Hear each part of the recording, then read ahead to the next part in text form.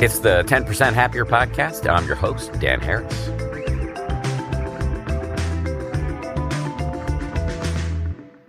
Hello, everybody. When I first heard about today's guest, and this is not unusual for me, I was a little bit skeptical and dismissive, but his work has had a genuinely profound impact on my life, and that was only reinforced by this interview, which you're about to hear. A book by Father Gregory Boyle, who's my guest today, was first recommended to me by Joseph Goldstein, the great meditation teacher who's been on the show many, many times. And if I'm honest, my initial reaction to that book suggestion was negative because, as you can tell by his name, Father Boyle is a priest. To be clear, it's not that I'm, incurably hostile to religion. It's more that as a skeptic who was raised by atheist scientists in the People's Republic of Massachusetts, I generally don't think of organized religion as a source of practical answers to my problems. My resistance to Father Boyle was exacerbated by the fact that the argument that he was advancing in his book was the idea of loving people no matter what, no matter how obnoxious or unacceptable their behavior. To me, that sounded simultaneously treacly and downright impossible. But Father Boyle has been testing this notion in some of the most extreme circumstances imaginable. For decades, he's been working with gang members in Los Angeles. He is a Jesuit priest who founded a remarkable organization called Homeboy Industries, which is the largest gang intervention, rehabilitation, and reentry program in the world. The book that Joseph recommended to me and that I ended up really enjoying is called Tattoos on the Heart. But Father Boyle's latest book is called The Whole Language. This episode is part of a series called Deep Cuts, where we rerun popular interviews from our vast archive.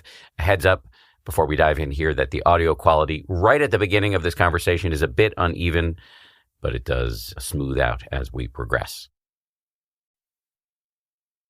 Father Gregory Boyle, welcome to the show. Thank you. It's great to be here. I was saying this before we started recording. I'm a longtime fan, as is my longtime meditation teacher, Joseph Goldstein, who introduced me to your work and talks about you quite a bit. You've been quite influential for him, and so by extension for me. So again, long way of saying I'm really happy to meet you. Thank you. I thought maybe it would make sense for listeners who don't know much about you to start with a little bit of history of Homeboy Industries. Can you tell me how it got started and what it's doing today?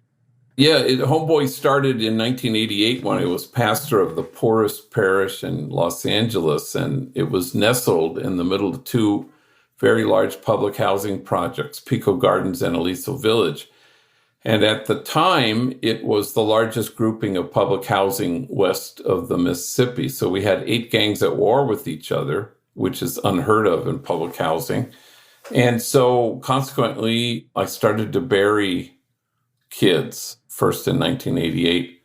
And 4 weeks ago, I buried a kid named Jacob, and he was my 255th kid that I buried who was killed because of gang violence. So we just started a school because there were so many junior high age gang members who had been given the boot from their home school. Nobody wanted them. And so the school led it to a jobs program where we tried to find felony friendly employers. And then we couldn't find that many of those. So we started a maintenance crew, a landscaping crew, a graffiti removal crew, a crew to build our child care center at the church, all made up of members of the 8 rival gangs.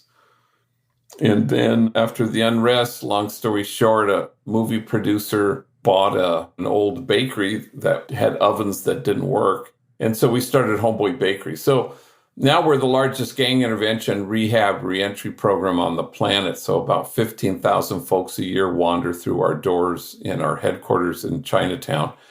But now we have 10 social enterprises, restaurants, recycling, silk screening. But it's a kind of a full service thing. Healing is probably the centerpiece of it. There's 18-month training program, which is more healing centric than anything else. So we've been doing that for 34 years. I mean, it's incredible what you've done, you and your team and everybody who's participated. It has to be a stressful job, to put it extremely mildly, and you've been doing it for more than 3 decades. How do you live with the stress and sadness and all the other emotions that must accompany this work? I don't want to say they're tricks, they're more your practice, which is to stay anchored in the present moment and to somehow delight in the people who are in front of you. We had a stressful week last week. People are they're kind of afraid, and their nerves are kind of jostled and jagged edges. And so it takes just about anything to get people to be triggered and to start fights or arguments, or you're having to separate people. So we had kind of some moments last week that were quite stressful. There's that. And then there's burying kids, which continues. And, you just have to kind of put death in its place, which is always important as part of your practice, so that it doesn't have power over you. It doesn't mean you don't feel grief. I mean, you allow it in and make room for it, but you're not toppled by it. Can you say more about putting death in its place? What do you mean by that specifically? Well, I remember there was a homie named Moreno whose brother was gunned down and died in his arms. And the guys who shot him came back to make sure that they both were dead. And so he pretended that he was dead. And when he came back to work, he worked at Homeboy Inn. I called him into my office. We were talking about the death. And he said, death is a punk. And that's really not different from Jesus in Scripture. Death wears your sting, and death has no power over us. And death couldn't hold him was another passage. So when Moreno himself, maybe 5 years later, was gunned down in the street, he was playing football with a bunch of neighborhood kids, and someone came in and saw him and killed him. And he was much beloved, and people were just sobbing. And we had our morning meeting, and I quoted him and said, death is a punk. You have to kind of decide what are the things that are more powerful than death, and what are the fates worse than death. And those are two very important lists for every human being to compile. And there are obviously plenty of things more powerful than death. And there are plenty of fates worse than death. And so putting death in its place is somewhere low on the list, so that death has no power, no sting. So, I mean, you're always trying to kind of have a practice that leads you to an internal freedom, like the Dalai Lama, when he was asked about his own personal death, he said, change of clothing. And that's where you want to be. I'll have what he's having. So that's kind of an important piece, I think. What's on your list of the things that are more powerful than death and the fates that are worse than death? Well, I mean, the most powerful thing in the world is discovering your true self in loving. And nobody can touch you then. Death is a punk, truly, then. So that's the whole thing, is to be able to find your true self in loving. Once you find that, you're sturdy. And of course, the world is going to throw at you what it will, but you won't ever be toppled if you're that sturdy, if you're that resilient, born of, I know my true self, and it is in loving. And that's hugely more powerful. Of course, not knowing that is a fate worse than death. And so, at Homeboy, it's like the Buddhist thing, oh, nobly born, and remember who you really are. So we're always trying to remind people of the truth of who they are, so that they will inhabit that truth and they will become that truth. And no bullet can pierce that, and no 4 prison walls can keep that out. And death has no power over that because it's that huge. So, and that's the goal, At Homeboy, the idea is you create a safe place where people can be seen and then they can be cherished. And so systems change when people change, and people change when they're cherished. So I think neuroscience has taught us that human beings are, they're inclined to believe the worst about themselves and the worst about each other. And you can actually change that hardwiring. If people are cherished, they can come to see, oh, nobly born. And they can remember, who they really are. And you do this mutually. You do this with each other, and people inhabit their common dignity and nobility in each other's presence, and it's utterly reliable. Okay, well, you've said about 75 things that I need to follow up on. Brace yourself. Let's go back to discovering your true self in loving, because I can hear two potential thoughts arising in the minds of listeners in response. One is, what does that actually mean? How do I grok that beyond the grand phraseology? And second is, if I understand it, how do I actually do that? How do I discover my true self in loving? Well, at Homeboy, we're allergic to the idea of hold the bar up and ask people to measure up. We're completely allergic to it. And part of that is, for me, that's sort of based on a God who doesn't ask you to measure up, just to show up to your truth.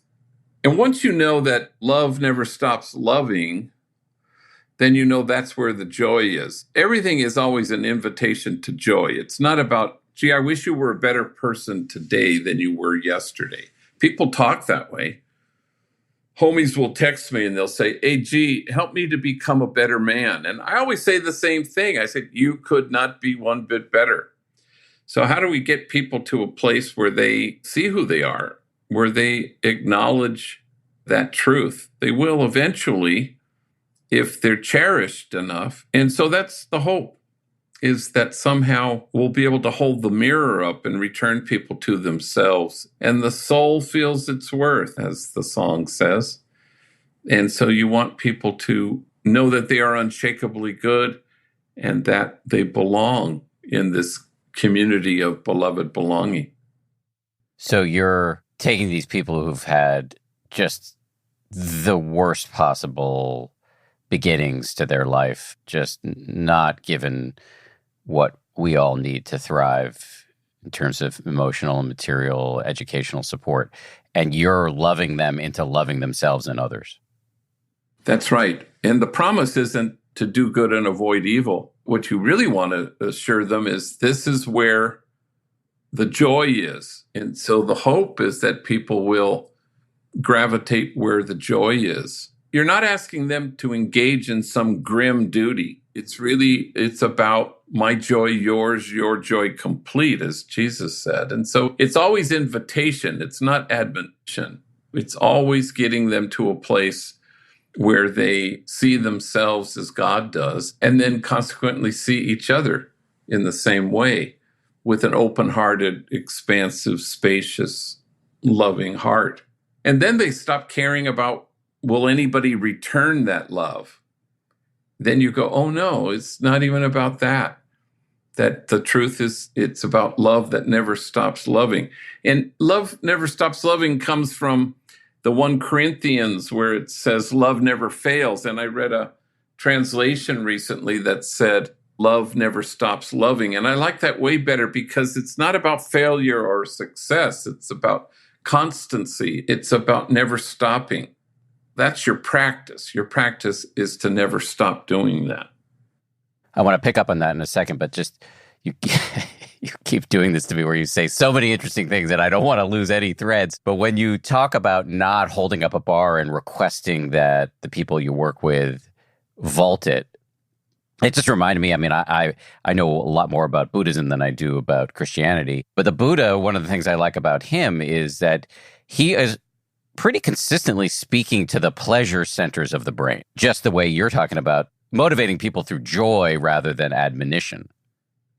Yeah, and that's why it's a kind of invitation as opposed to wagging our finger at people. Again, I come from kind of a Christian and then a kind of specific Jesuit, and then with a side order of Buddhism. But I feel like, I remember years ago I was at a conference, and I was speaking at the conference, but I was also a participant. So I was sitting down and listening to the other speakers. And some guy got up and he just pounded the podium about some gang intervention program somewhere in the country. And he was just berating the audience. And he pounds on the podium and he says, listen, people, this works. And I remember writing in my program, yeah, but I bet it doesn't help. And I went back and I looked at that and I thought, why did I write that? And I think part of the deal is my discovery over almost 40 years working with gang members, is not everything that works helps, but everything that helps works. So, speaking from a Christian perspective, we backed this unfortunate horse, which was the sin horse. And Catholics only went to Mass every Sunday because they were afraid they'd go to hell if they didn't. So did it work? Yes. Did it help? No.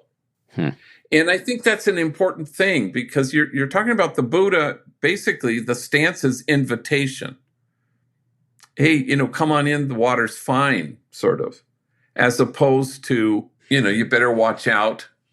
You better not pout. It's like, get your act together. Otherwise, this will be consequential and bad. I just feel like if we just, as a society, did the things that help, but we don't get it. Wherever you start is where you're going to end up. If you think there's such a thing as good people and bad people, well, that tells you exactly where you're going to end up. If you think some people belong and some people don't, well, then you're equally doomed. Mother Teresa used to say, the problem in the world is we've forgotten that we belong to each other. So there are no exceptions to the belonging, none, zero. And everybody is unshakably good, and there's no exceptions to that. Sometimes my Buddhist friends will say, essential goodness or basic goodness. But I never say that. I always say unshakably good, because you want people to know that that's the anchor, and returning to that truth is what the human journey is about. It's not about achieving goodness. You're already good. But if you lived from that goodness, no, that would be a different story. So it's an invitation, which is helpful, as opposed to wagging our fingers, which may work in the short term, but it's never helpful. I love that distinction between what works and what helps.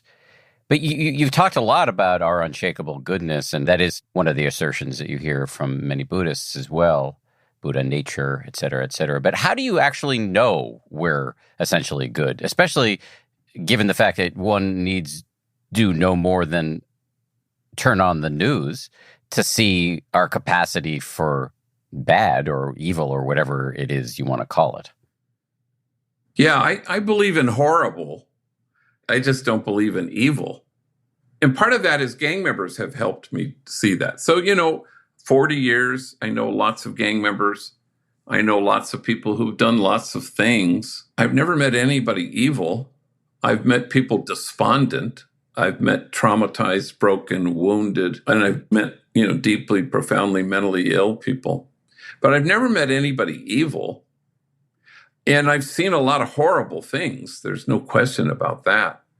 But, nobody healthy shoots up a subway train in Brooklyn, and nobody healthy invades Ukraine.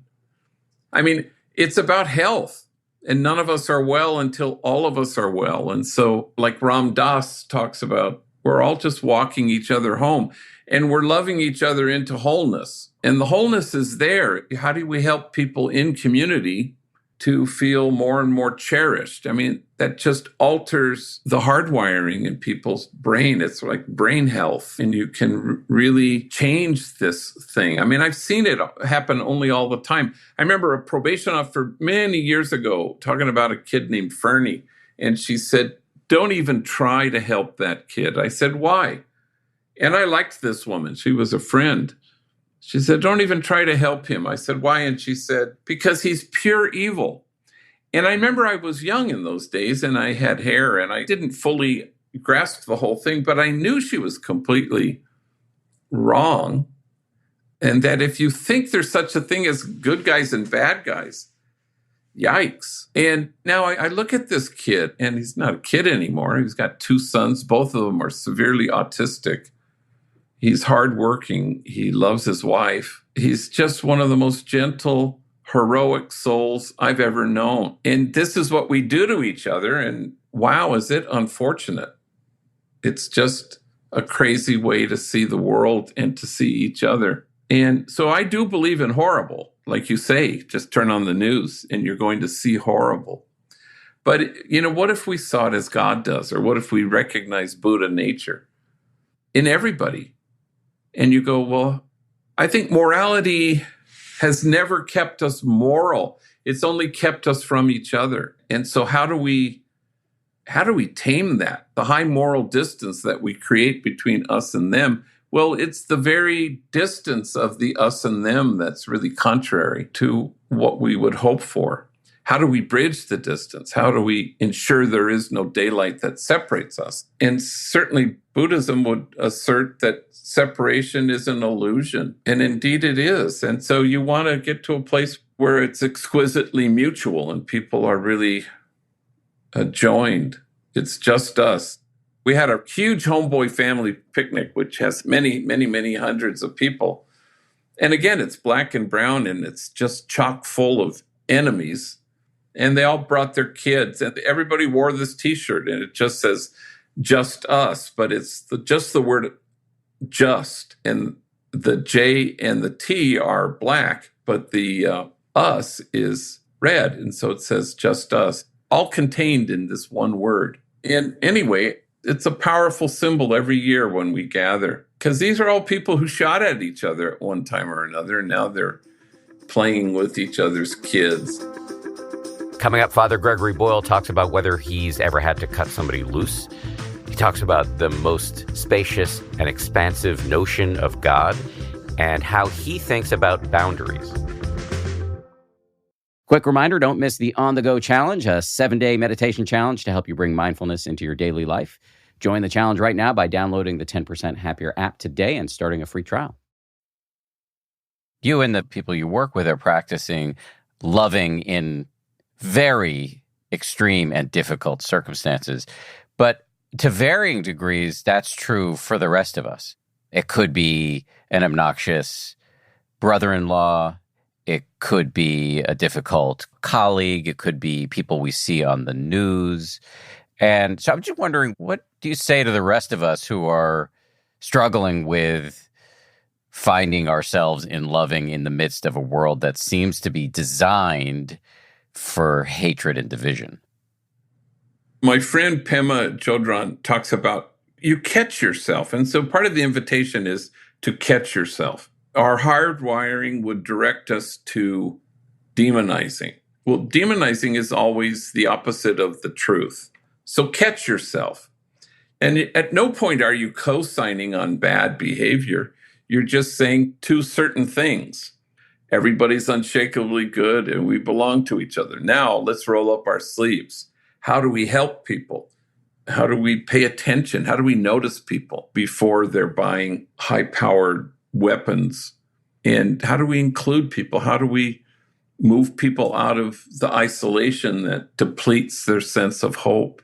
How do we infuse people with hope for whom hope is foreign? Suddenly it changes how you do it. Otherwise, I guess I get frustrated with it. It's like a man assaults an aged Asian woman on the streets of San Francisco, and we talk about hate. And this is why we don't make progress, because it's self-congratulatory. I'm against hate, and I'm in favor of what? Love?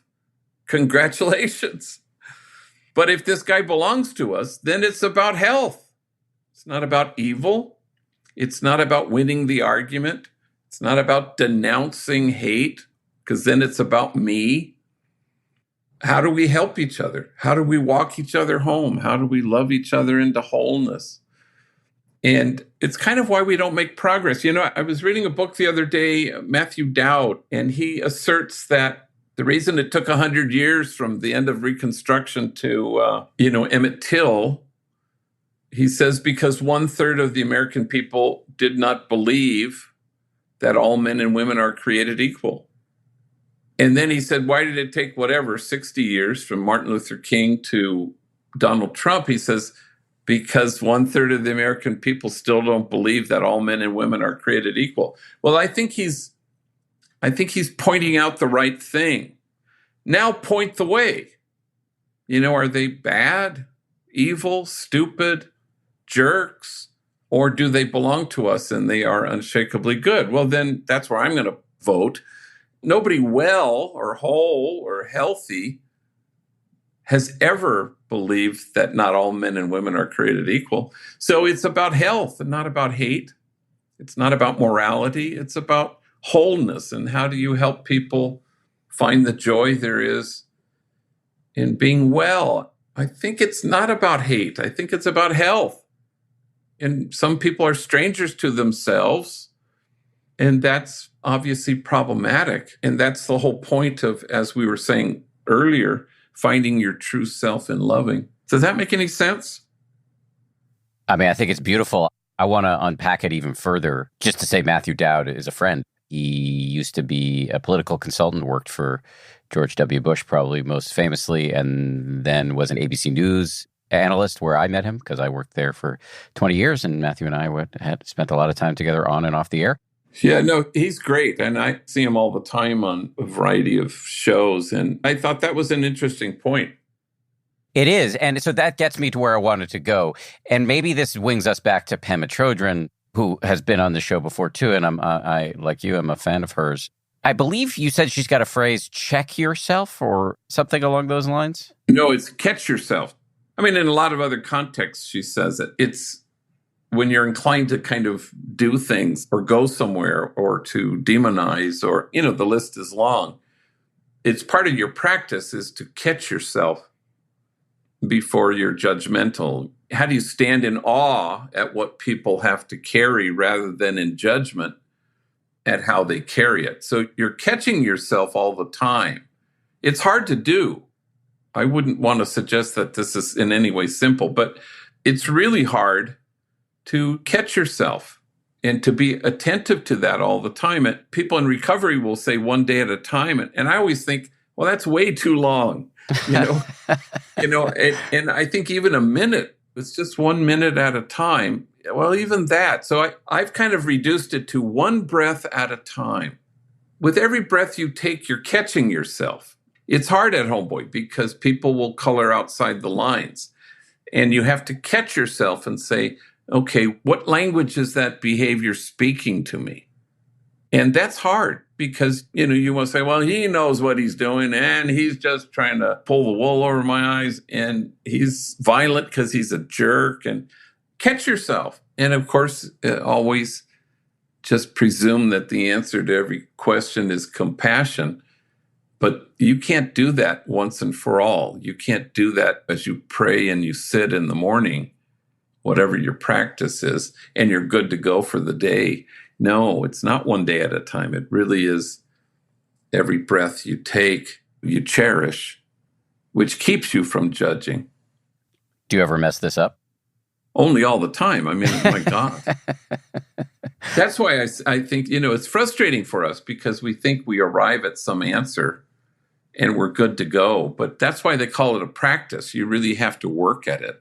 And you constantly have to. I'm kind of a man of mantras. Mantras always return me to the present moment, and I try to fill the space that way with a variety of kinds of things that will, kind of mantras that will kind of remind me to delight in the person in front of me, to listen, to notice, to be the notice of God in the world. All easier said than done.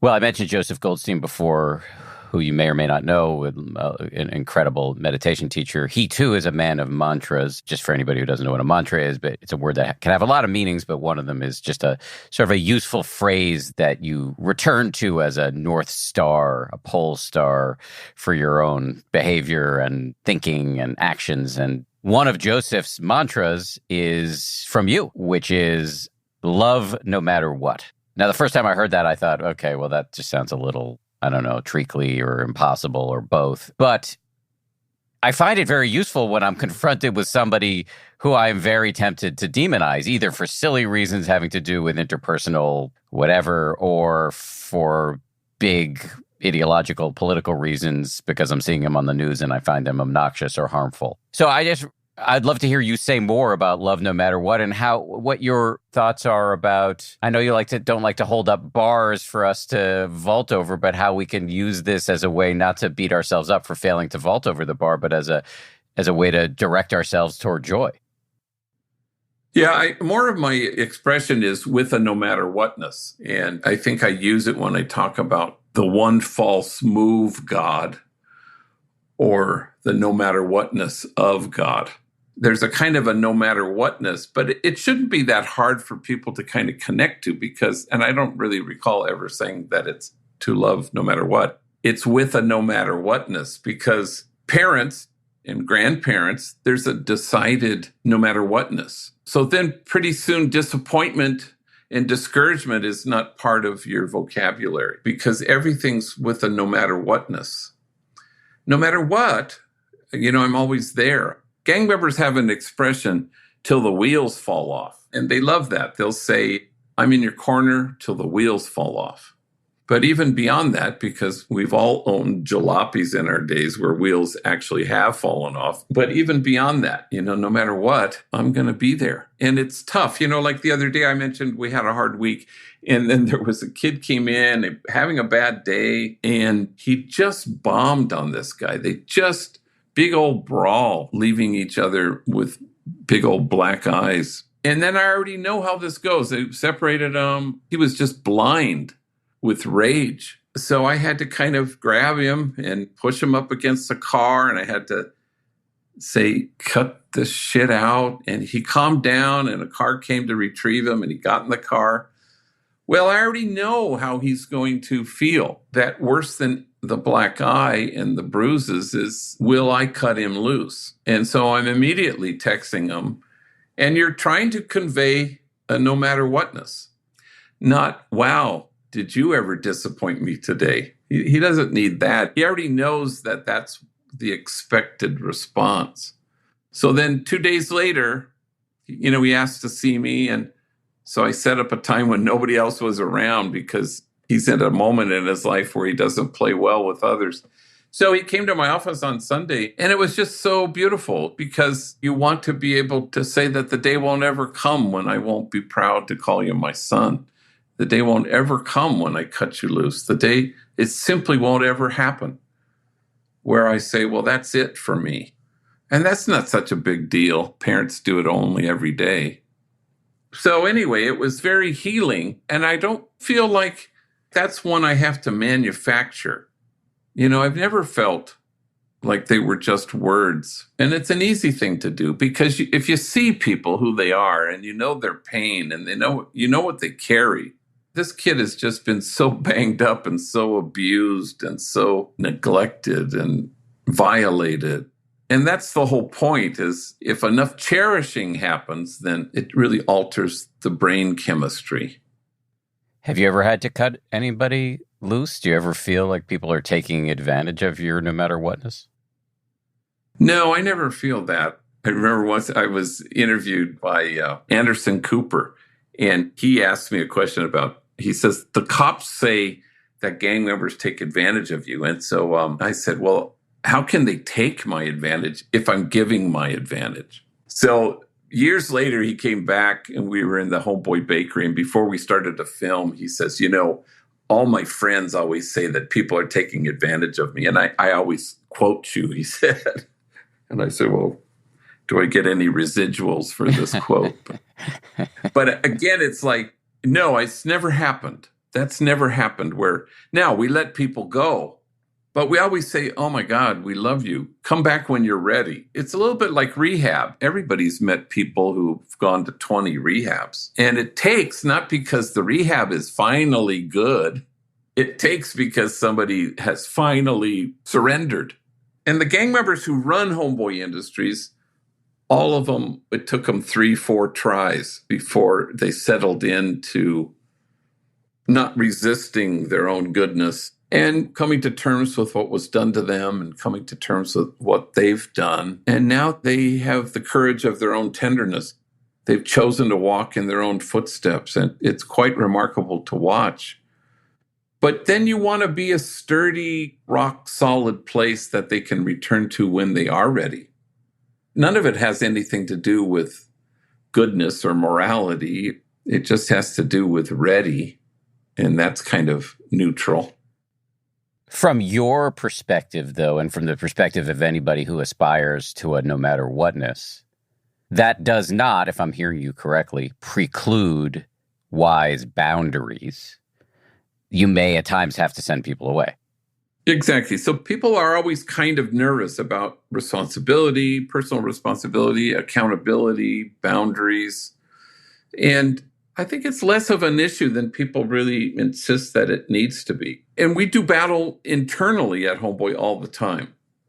Give him his last check, So people are inclined to do that, but I think it's always a measure of, if the people have done the work, if they've welcomed their own wound, they will not be tempted to despise the wounded. And so that's what you want to foster in your leadership. People who can recognize wound and pain, and rather than, this guy's a jerk, let's give him his last check. Years ago, I can remember we have Homeboy Silkscreen and Embroidery, and it's a factory that's kind of off campus, but it's been around for, 30 years or something. So the guy who runs it, he called me one day and he says, that guy Hector, the guy you sent me? And I said, yeah. And he goes, well, he doesn't want to be here. I said, well, where is he right now? Here. I said, well, trust me, if he didn't want to be there, he wouldn't be there. Now, how is he there? He's hard-headed and belligerent and attitudinal. Yeah, but he's there. The world operates differently. And I always reject the notion where people say, shouldn't you be preparing them for the real world? And my response is, who says the real world got this right? I'd much rather be a counter space to the world. Homeboy is trying to be the front porch of the house everybody wants to live in. How do you propose a different way of belonging and a community of tenderness and a community of beloved belonging where people receive the tender glance and then they choose to become that tender glance in the world? And I just think that's how the world changes. You stole from the tip jar. I mean, whatever it is, you do, I suppose, have consequences, but you never close the door to anybody. And we've had people do kind of horrendous things, but it's part of our DNA at Homeboy. Well, no matter whatness is part of our DNA. Yeah, come back when you're ready, because we think you're just amazing. And one day they'll believe it and they'll come back. Coming up, Father Boyle talks about the story behind the title of his latest book, why we burn out when we make our actions all about heroically saving the day, and why he does not focus on outcomes.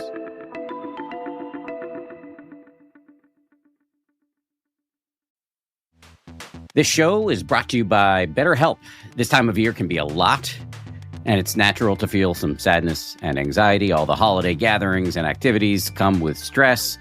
And therapy, though, can be a bright spot, something to look forward to help you feel grounded and armed with some tools to manage the whole thing. Like any family, the Harris family has its drama. So talking to my therapist can really help me both prepare for big events and calm down afterwards. If you're thinking about starting therapy, give BetterHelp a try. It's entirely online, convenient, flexible, and suited to your schedule. Find your bright spot this holiday season with BetterHelp. Visit BetterHelp.com/happier today to get 10% off your first month. That's BetterHelp, HELP.com/happier.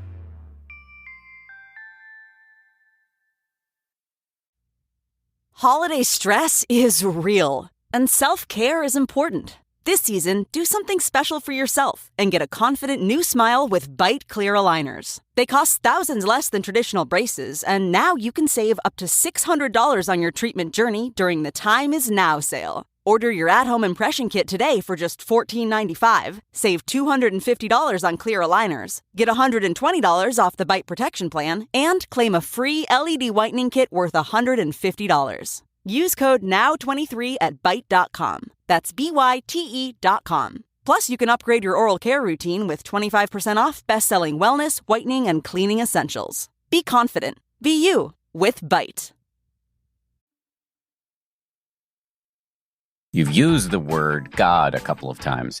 And I think this will be no surprise to you. You know this, but a lot of people in this audience, my audience, will find that word a little triggering. And you write about, in your most recent book, you write about some of your conversations with the aforementioned Pema Chodron, a legendary Buddhist nun who said, and I'm going to quote you here, you write, "My friend Pema Chodron, one evening at UCLA, said the quiet part out loud.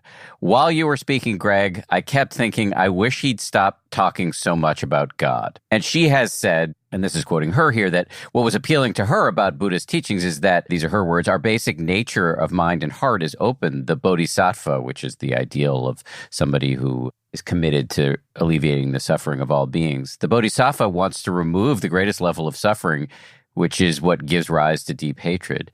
But why do you have to attribute this work to something like God or something seemingly outside? So I just wonder, how do you respond when she and others say things like this to you?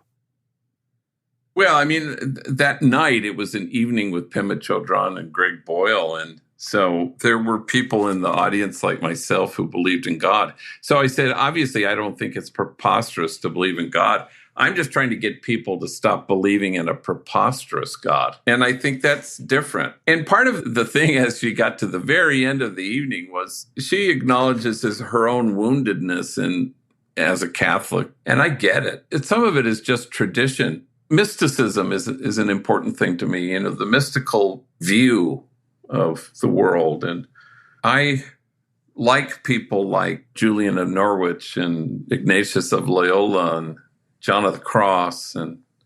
And so I like all this eclectic stuff, like my friend Mirabai Starr, who says, once you know the God of love, you fire all the other gods. I like the activity of firing gods. And I think it's a healthy thing to do. But, I come from my own tradition. I don't feel threatened by anybody else's tradition. In fact, I always feel enriched. We're all called to be bodhisattvas. It's all the same.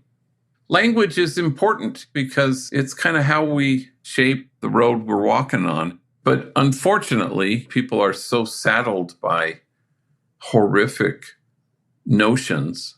Richard Rohr always says, it's true that you're created in the image and likeness of God, but it's equally true that our image of God creates us. And so I'm kind of more interested in that, is finding the most spacious, expansive notion so that it can create you. But people are triggered by their Neanderthal prehistoric notions or their third grade notions that keep holding them back. My spiritual director is a gang member named Sergio, and every morning we email. We both get up extremely early. He's married, has 3 daughters. He runs a program called God's Pantry, which addresses food insecurity in Pomona, California. He used to work at Homeboy a long time ago, drug addict, gang member. So we just look at the readings from the day for Mass. And, whoever gets up earlier will write a kind of a reflection, a brief sentence, couple sentences. And then he writes back, and then I write back. Anyway, it's very enriching. But we're always encountering a God we don't believe in, the wrathful God, because they'll have something from the Hebrew Bible or even stuff from the New Testament where you go, no. And he always says, you need to have the mystical filter. You need to read all this stuff. It's kind of with a grain of salt. And you read it and you go, yeah, I don't believe that. Oh, I do believe that. It's an acknowledgement that Scripture is inspired, but it's also imperfect. It's human beings trying to do the best they can. How do they make sense of horrific things that have happened? Oh, well, God must be pissed off. And you go, okay, nice try. Not true. And it's never been true. It feels like a healthy exercise that gets you beyond your third grade God that still torments and keeps you in line. Maybe it worked, but it never helped. Right. So that's the preposterous God, the wrathful God. But how would you describe the not preposterous God? I mean, you've used the phrase no matter whatness, but maybe you could put a few more words on what I imagine is the ineffable in terms of building out how you conceive of God. The point is image. It's why you tell stories. I had a friend who took care of his dad who was dying, and he was quite old. And towards the end of his life, he would read him to sleep in the way that his father had done so when he was a kid. But his father would just lie there and stare at his son with this smile. And the son was quite tired. It's like, I've been taking care of you all day. I want to go to bed and please fall asleep. And the father would close his eyes, but then he couldn't help himself. He'd pop one eye open. And then after he died, my friend said, I realized that he just couldn't take his eyes off his kid.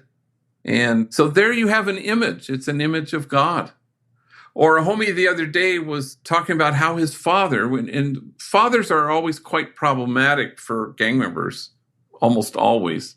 For this one kid, his father wasn't. He said he would show up every Sunday at visiting at juvenile hall. And when he'd get up to leave, he had big tears in his eyes. And he would say, I'm never going to leave your side. And then these things become kind of the image of the God we actually have rather than settling for some partial God. Or a homie who was just going through a horrendous time and he can retrieve an image of his mom kind of rocking him while he's sobbing when he was little. And all she kept saying, because it was abusive father, a drug addict, and quite abusive. And she would just say to him, I'm sorry you have to go through this. Well, again, then that becomes translated to, this is the God we actually have. I mean, I have a million images that come by way of people trying to put words to what it looks like. And, the God who can't take her eyes off of you is a pretty good one. Behold the one beholding you and smiling. Anyway, because I think poetry, words, stories, it's the only thing we have. And you kind of say it's like that. But St. Ignatius of Loyola, the founder of the Jesuits, used to say, he always said, the God who's always greater, which is to say always greater than whatever notion we land upon. And that's an important caveat. Even when you land on it, nope, it's even greater than that, which is always heartening because then it sets you off on a scavenger hunt to find the even greater image.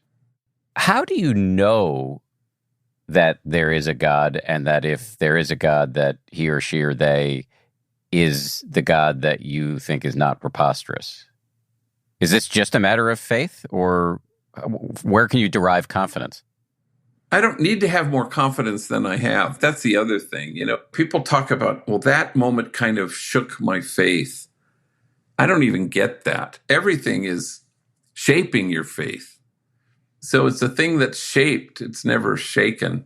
And then talk about preposterous. People go, I can't believe in a God because of this horrific thing that happened. And that's always a head scratcher for me. The poet Rumi says that love is God's religion. And that's what I believe in. It's an important kind of way to stay anchored in joy and in a mystical vision of seeing things in the most expansive way. And we've been saddled with a puny God for a long time, and it's not very helpful. I don't know if I have to know. I remember a homegirl named Nellie. She had suffered more things. Anything that could befall a human being had befallen her. And in prison, all her kids taken away, drug addict, raped, engaged in sex trafficking, drug selling, gang banging. Anyway, she was in my office, and there are two images here. One was she said she needed some help, so I was writing her a check to pay her light bill or something. And then she leaned into me at the front of my desk, and she had big tears in her eyes, and she said, I wish you were God. And I laughed. I said, why? She said, I think you'd let me into heaven, which just broke my heart completely in two, and it made me cry. And I leaned forward with big tears in my eyes. I said, Nellie, if I get to heaven and you're not there, I'm not staying. And I remember thinking there's a kind of sense that everybody has, that whatever that means, that you have a certainty that's unshakable, that I don't want to spend the rest of my life in a place that didn't allow Nellie. Of that I'm utterly certain. The other image, she came to me when she was doing well and not getting high.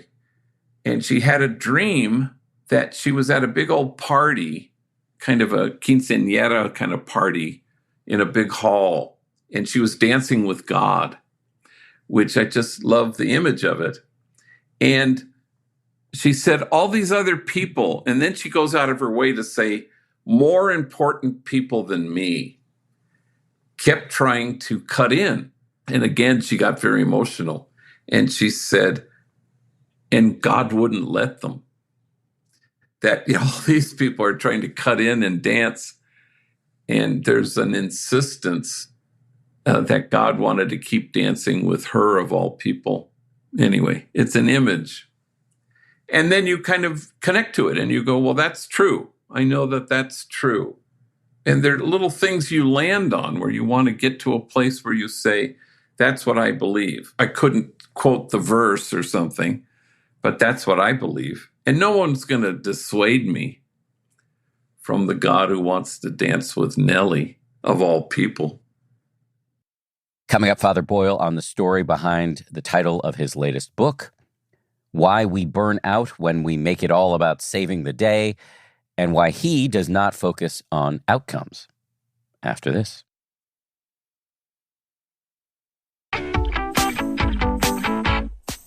I've done a terrible job in this interview of getting you to talk about your new book, which is called The Whole Language.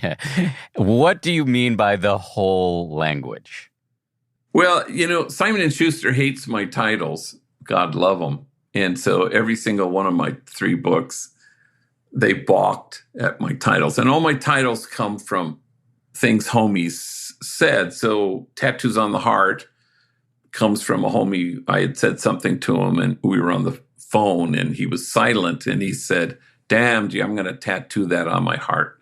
And so that was the title of the first one. The second book was called Barking to the Choir. And that was a homie who was one of our bakers who was kind of coloring outside the line. So I had to have the talk with him. And as I was having the talk about his attitude, he stopped me. He says, relax, you're barking to the choir, which I loved. And I remember I wrote down, I said, title of my next book. And then the whole language comes from a homie who was talking about one of his homies from his gang, from his neighborhood, who had come to this country at 7 with his mother from Uzbekistan. And they were wanting to deport him. He had done a 10-year stretch in prison. He joined a Latino gang in Lincoln Heights. It's a long story, but I asked this guy, Louis, I said, hey, do you know this guy, David? He goes, oh, yeah, we call him Russian boy. And I was in jail with him, and he was my cellie. And every night he would go out to the payphone, and he would talk to his mom in Russian. And he was very impressed with that. And then he said, damn, gee, he spoke the whole language, which cracked me up because that was his way of saying fluent. And I thought, what is the thing we want to be fluent in? What would be the whole language? So the subtitle is The Power of Extravagant Tenderness. So that's the thing we want to be fluent in. We want to be just anchored in loving kindness, knowing that kindness is the only non-delusional response to everything, which is to say all the other responses are delusional. Rage, anger, self-righteousness, high horsiness. Everything else is delusional. But kindness isn't. So that's kind of the whole language. And it's a way of seeing. It's mystical. It's how do you find the thorn underneath? What are people carrying? Can you see the pain rather than judge behavior? So anyway, that's kind of the whole language. How do terms like loving kindness, love, kindness, tenderness, a word you used a lot in this conversation and is, as you referenced, the part of the subtitle of your new book, how do these words go over with homies? They get it. It's not so much about words. The odd thing is, can't remember who was talking about this the other day, how startled they were. Somebody was visiting, a Jesuit priest from Argentina, and he was being led around by a guy named Joseph and getting a tour, and he was showing him tattoo removal and where they do therapy and the classes and the bakery and the homegirl cafe. He was walking him around, but every time he left a place where he had just shown this guy. He would hug somebody there, in the tattoo removal. And these are big old gang members who've been to prison. And he was telling me this, which we kind of take it for granted, but everybody was hugging each other. And as they left each other's presence, they would say, "I love you." And it's kind of extraordinary. I come from a big Irish family where we didn't really do that. But everybody does it at Homeboy, only all the time. It's just everybody's hugging each other and everybody's telling each other how much they love them. And it's just a constant thing. And this Jesuit in Spanish was telling me, he goes, "My gosh, I never, this was so foreign."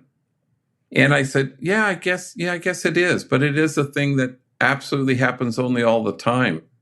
So, the homies are quite comfortable with the fact of tenderness. I'm not sure they give speeches about tenderness, but they live as though that truth was true. And they put first things recognizably first. And they receive the tender glance, and then they move to offer that tender glance to somebody who could probably use it.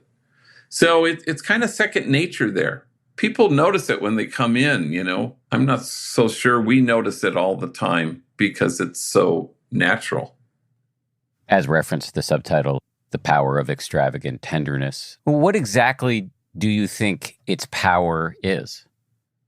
Well, I think people soften each other into a corner where they don't resist stuff anymore. Like I was in Boston recently with a homie, and I had to do, I think, a Zoom or something. And I sent these two homies out to see Boston, and they'd never been on a plane. They'd never been anywhere.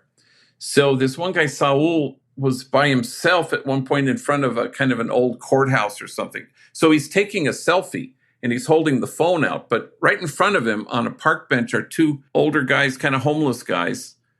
And one of the guys starts screaming at him, "Don't take my picture." And the guy next to him, he goes, "Relax, he's taking a selfie." Well, Saul walks towards this hostility. And he just says to the two of them, "My name's Saul. I'm from Los Angeles." And he's covered in tattoos, and he's a scary looking big guy. And the guy kind of is screaming at him, saying, "I don't care where you're from, and this is my park," and I don't know what. The calmer guy says, "Don't mind us, we're crazy." And Saul looks at him and he says, "That's okay. I'm crazy too."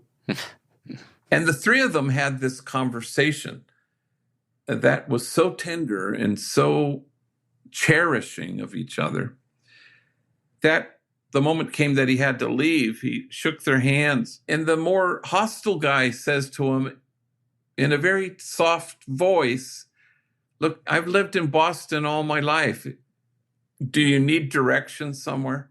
And for me, that's what it looks like when you soften people into some corner where they are free to live from their true self in loving. Now, where did he get this from? Well, I think Saul got it from being cherished. And it's a thing he experienced every single day at Homeboy.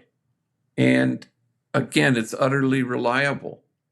And he began like everybody did, with their back up against the wall and not trusting anybody. But once he found the place to be safe, and once he knew that he was no longer being watched, but he was being seen, he was freed to be cherished and softened into this corner.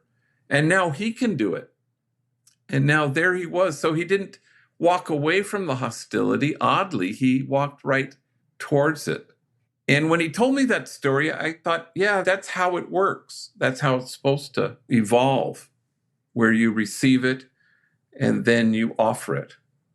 And it's funny, when we flew home, and he had given many talks, and he had never done this before, told his story in front of thousands of people and got standing ovations. We were flying, and the other guy with us was sound asleep, but he leaned over to him and he says, I think I want to learn how to talk fancy. And I said, "Talk fancy?" He goes, "Yeah, what's that language they be speaking when the guy is going off to work and he looks back at his wife and kids on the front porch and he waves at them and he says, 'Ta-ta.'" And I said, "I don't know, English, British?" But I knew exactly what he meant. That talk fancy meant a more full inhabiting of his truth, that he had had an experience of telling it in front of audiences. He had an experience of walking right toward hostility and being tender in the face of it. He had this palpable experience of the power of cherishing another human being with every breath you take. Let's all talk fancy. And it's like the whole language. It's like being articulate in your own tenderness and staying anchored in the courage of that. Last question from me. Earlier in this interview, you said something about that's the way the world changes. I'm just curious, how optimistic are you that the world is going to change via love, tenderness, no matter whatness? Barack Obama, at the end of his term, said, if people don't think that we've made progress, then I don't think you've been paying attention. And I agree with him. And a lot of it is, the work is sort of long haul. So if you want short-term, whatever, goals accomplished tomorrow, yeah, I'm not that interested in that. I've been doing this for a long time. I just notice how lots of things change. Even policing, as much as people can say all sorts of things about it, I just remember the truly, truly horrific bad old days. And that little by little, you make progress. You start to put a human face on people. And then all of a sudden, people don't want to be tough on crime. They want to be smart. We're at a different place right now because, people are peddling fear and loathing. But we make progress. So I just feel like, you go to the margins not to make a difference. You go to the margins so that the folks there make you different. And if you go to the margins to save the day and rescue people, fix people, or even make a difference, then it's about you and it can't be about you. But also you burn out, not because you're so extremely compassionate. You burn out because you've allowed it to become about you. You've depleted yourself because it's about you saving the day. But once you kind of say, we're not called to be successful, we're called to be faithful. I want to be faithful to a love that never stops loving. That love is God's religion. Okay, count me in. And I just want to delight in the person who's in my path and cherish with every breath. So then you stop caring about outcomes. You only want to be faithful to being faithful to that. And that makes sense to me. So I'm always hopeful because I know how incrementally things change. But systems change when people change. And people change when they are cherished. And so it's not one day at a time. It's one cherishing breath at a time. That kind of cuts your meat up for you. They're bite-sized moments to be able to reflect back to people the truth of who they are. And then you watch them become that truth and they extend that tender truth to other people.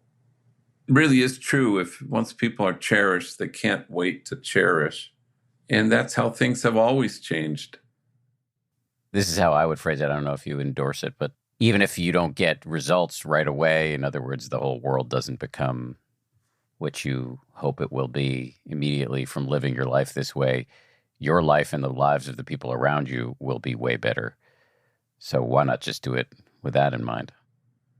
Yeah, it's hard in a nonprofit world where funders are saying evidence-based outcomes. And I don't really care so much about that because if it's about success or outcomes, then I'm only going to work with people who will give me good ones. Right. And I'm not interested in that. So you hope funders will fund you because they get it. But that's a tough sell, but you have to stay faithful to an approach you believe in.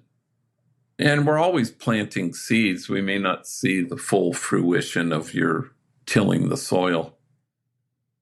Before we go, there are probably people out listening to this who, want to learn more about you, learn more about your organization. Can I gently prod you to just plug a little bit?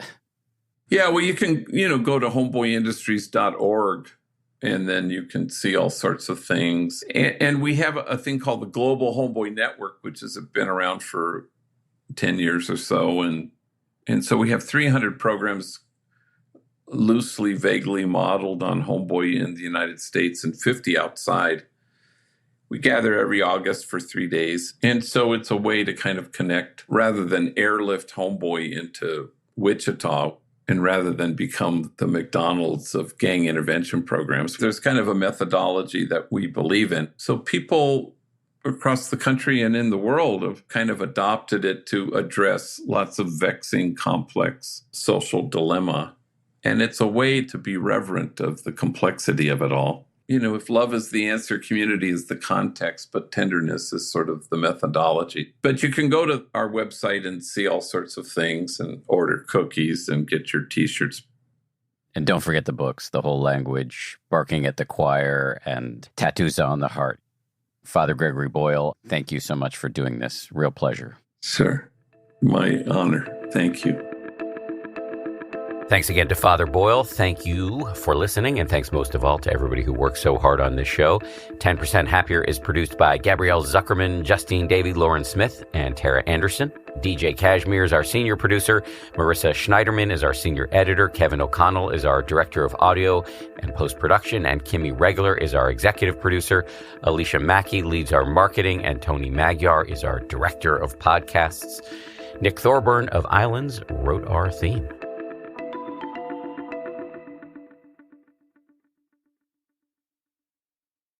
If you like 10% Happier, and I hope you do, you can listen early and ad-free right now by joining Wondery Plus in the Wondery app or on Apple Podcasts. Prime members can listen ad-free on Amazon Music. Before you go, tell us about yourself by filling out a short survey at Wondery.com/survey. Hey, everybody, it's Dan on 10% Happier. I like to teach listeners how to do life better. I want to try. Oh, hello, Mr. Grinch. What would make you happier? Let's see.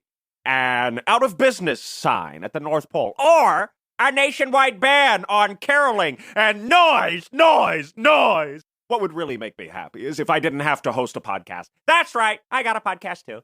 Hi, it's me, the Grand Poobah of Bah Humbug, the OG Green Grump, the Grinch.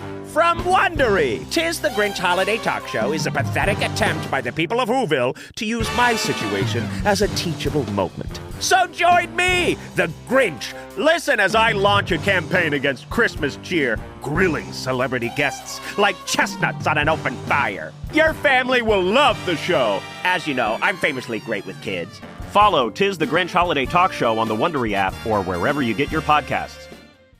Hey there, I know that life is full of challenges, but that's not necessarily a bad thing. A Stoic philosopher once said that no man is more unhappy than he who never faces adversity, for he is not permitted to prove himself. I'm Ryan Holiday, the best-selling author and host of the Daily Stoic Podcast, a podcast where I break down the ancient teachings from the Stoic philosophers so you can apply their thinking to the problems of modern life. On the Daily Stoic, you'll find everything from insightful conversations to people like Matthew McConaughey and Gary Vee on how they've used Stoicism in their own life, to short 10-minute teachings on how to deal with fear and build better habits. Ancient philosophy doesn't have to be this inaccessible, impractical thing. On the Daily Stoic, you can learn how to bring the values of Stoicism into your own life one day at a time. Follow the Daily Stoic on the Wondery app or wherever you get your podcasts, and you can listen to the Daily Stoic early and ad-free right now on Wondery Plus.